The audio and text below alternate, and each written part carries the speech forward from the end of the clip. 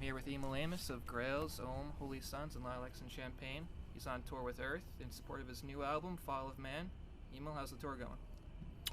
It's great. I mean, it's just the second night, so it's kind of trapped on a certain fence where you're like, body's still working pretty well, and everything makes sense, and then it's probably, but I'm like really weary of it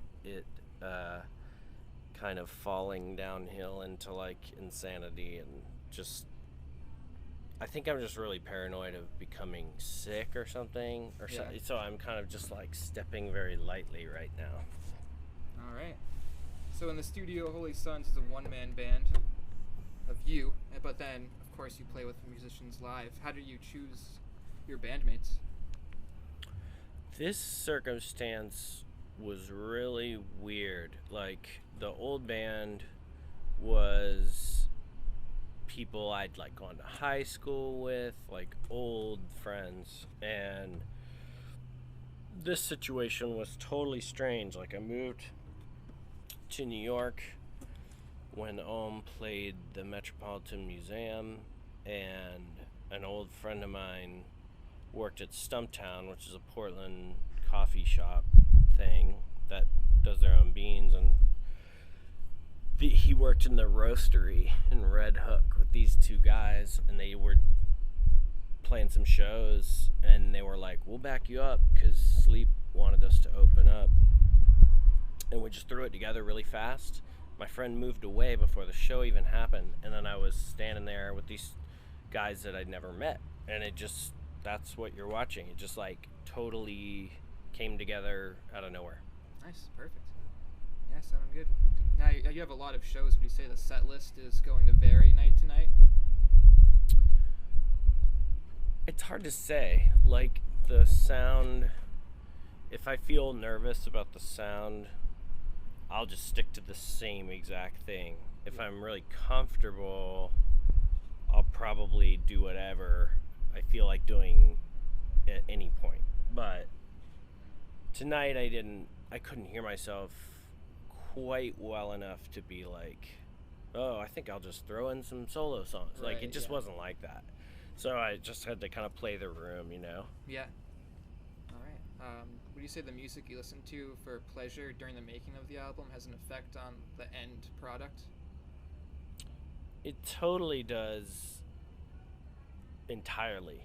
But, you know, I've sort of begun to wonder if what I listen to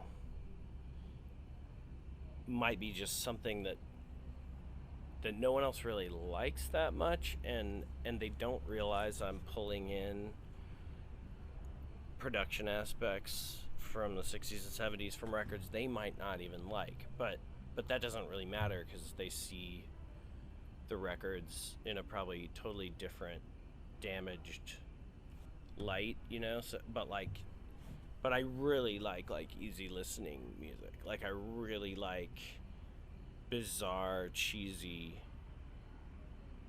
60s, 70s stuff because the production is totally insane, and that's the stuff I learned from, is the production. I don't really care about listening to just a good band or anything, just for me, because I want to learn from like the stuff I don't understand. Okay. All right. What did you listen to for the most recent record? What would you say the influences were there for Fall of Man?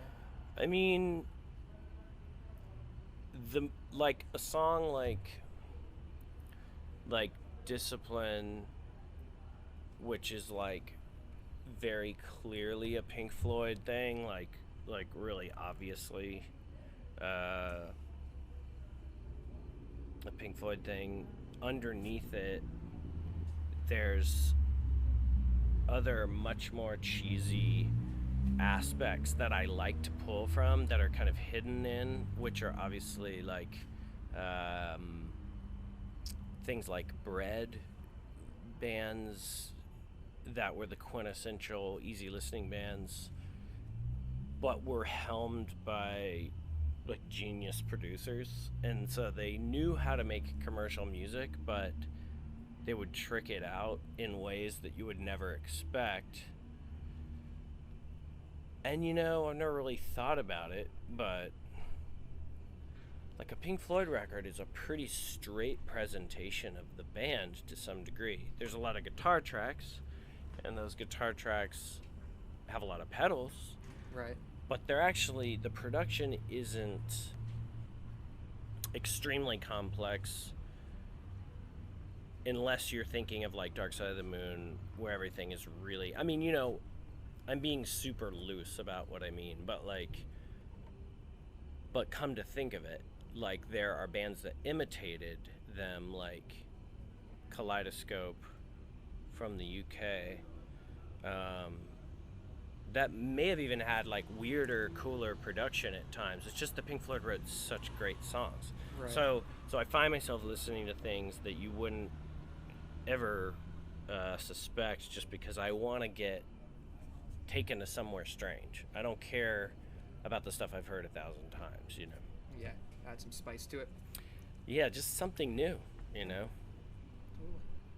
Would you say the move from Portland, Oregon to New York City had an effect on the most recent album? Well, it definitely did somehow, but most of the record was probably recorded in Portland and written there too. So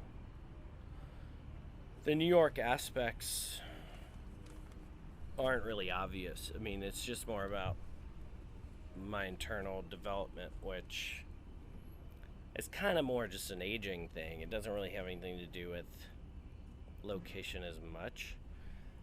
But there is a lot of work that was done on it in New York, so there's that. But I don't think it's a New York record or anything. No.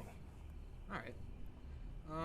Well, in a lot of songs you use samples of like full voices, which I find really cool. Where do you get the inspiration for that?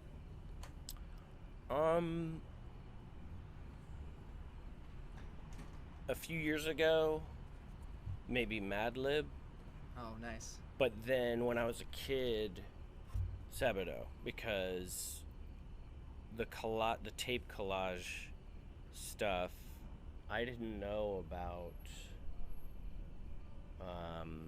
I knew about Revolution Number 9 by the Beatles and stuff like that, but like I didn't really know about Musique Concrète when I was 12. So Right, yeah. if I heard drug music that spliced tape collage heavily in between songs, I was just totally blown away. Like I didn't understand how you could be so clever exactly, and so that stuck with me really early on. And it was like the 80s were pioneering everything that people do now, like in the underground, but we didn't have the internet, we didn't have an awareness of like every other city. So if you were wearing vintage clothes, you might just be poor. Right. But you didn't know that it would be perceived as cool. But you might just be looking at shit that you were like, I like that.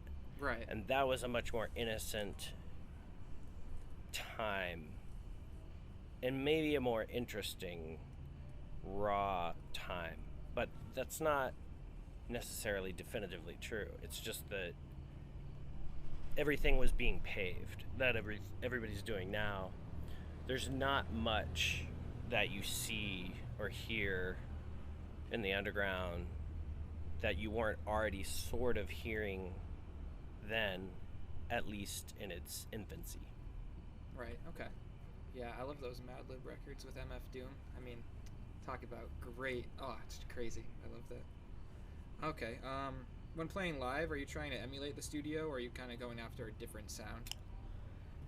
I mean, we can't emulate it that much, and I think we sort of don't try at all, because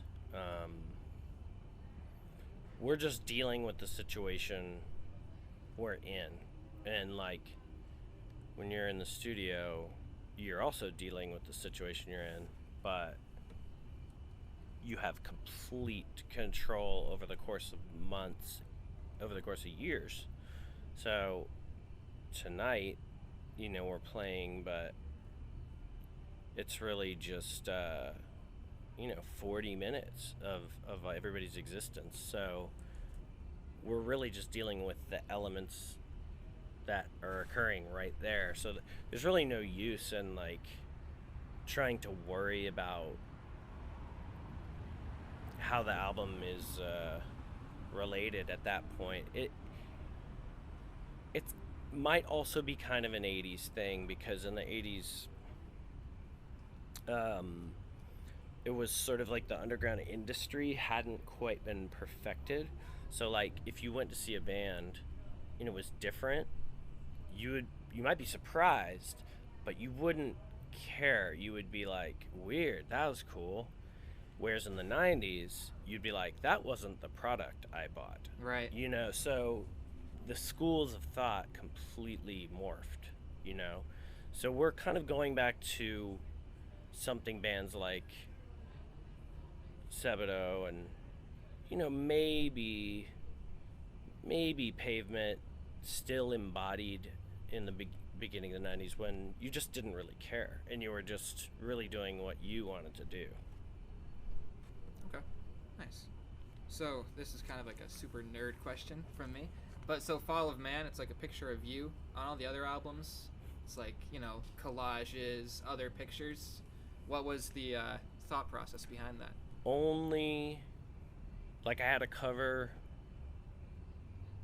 that was ready, and it was a collage, but the label was like, you've never done a picture and we really think you should try it. And I was just like, well, I don't want to, but why wouldn't I? Like, am I scared of this or something? Yeah. And I was pretty terrified of it. But then I went out for the photo shoot under the Manhattan Bridge in Dumbo, and